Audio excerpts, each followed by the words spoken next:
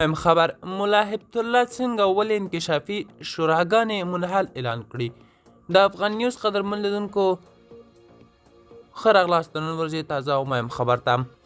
د طالبانو د کلیو د بیا رغونې او پراختیا وزارت له ادرسه په یو خپاره شوي مکتوب کې ټولو مرکزي او ولایتي ریاستونو ته ویل شوي چې د ملا هبت الله د شفاهي هدایت پر اساس په 34 ولایتونو کې ټولې کلیوالي پراختیایي شوراګانې منحل شوي دي او یاد وزارت به له یادو شوراګانو سره د ټولو پروژو که هغه نیمه کاروي یا تکمیل حسابونه تصفیه کوي.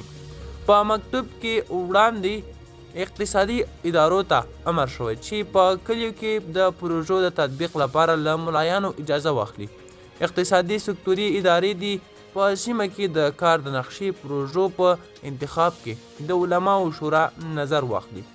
د افغان نیوز قدرمن لیدونکو دا و د نن ورځې چمشو ویډیو تر ویخیل شارې ښه وخت.